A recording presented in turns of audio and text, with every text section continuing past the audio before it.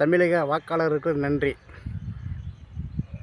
2026ஆம் ஆண்டு சட்டசபை 17வது சட்டசபை தற்சமயம் கடந்த 23/4/2026ஆம் தேதி நடைபெற்றது.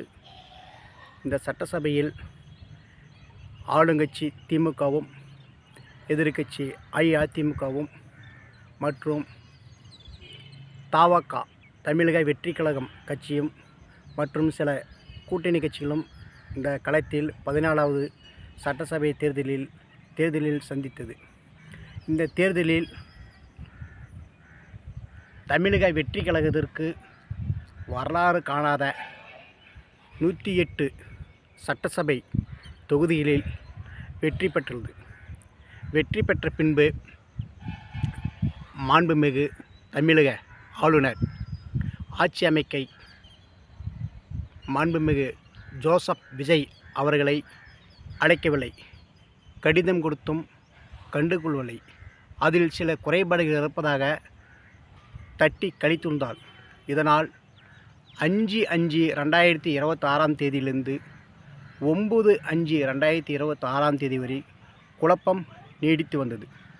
இதனால் மாண்புமிகு திரு ஜோசப் விஜய் அவர்கள் ஆட்சி அமைக்க முடியாத நிலை இருந்து வந்தது. இந்த காலகட்டத்தில் தேசிய காங்கிரஸ் பேரியக்கம் 5 சட்டமன்ற உறுப்பினர்களை கொண்டு தவகவுக்கு ஆதரவு அளித்தது. அதனை பின்னிட்டு 2 கம்யூனிஸ்ட் கட்சிகளும் தவகவுக்கு ஆதரவு வழங்கியது. இதன் கூட்டுத்தொகை 108 113ஆகவும் 113 117ஆகவும் உயர்ந்தது. இருப்பினும் போதுமான 118 சட்டமன்ற உறுப்பினர் தேவை என்பதால் விடுதலை சிறுத்தைகள் கட்சியை கேட்டுக்கொண்டதற்கிணங்க இன்று மாண்புமிகு உயர் திரு திருமாவளவன் அவர்கள் தவக கட்சிக்கு 2 சட்டமன்ற உறுப்பினர்களை ஆதரவு தெரிவித்துள்ளார். கூடுதலாக ஐயுஎம் முஸ்லிம் கட்சிகளும் 2 சட்டமன்ற உறுப்பினர்களை கொடுத்ததன் பெயரில் இன்று மொத்தம் 120 சட்டமன்ற உறுப்பினர்கள் தமிழ்நாட்டில் இருக்கிறார்கள்.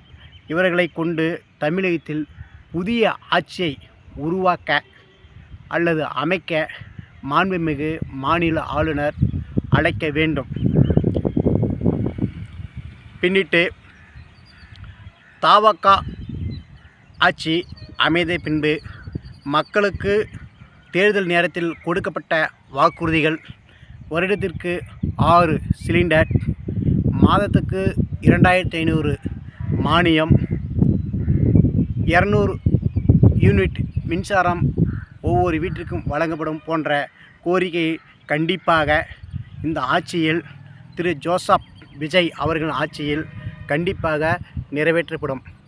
பெருவாரியான வாக்குகள் அளித்த தமிழக வாக்காளர் பெருமக்களுக்கும் மற்றும் கூட்டணி கட்சியினர்களுக்கும் நன்றி.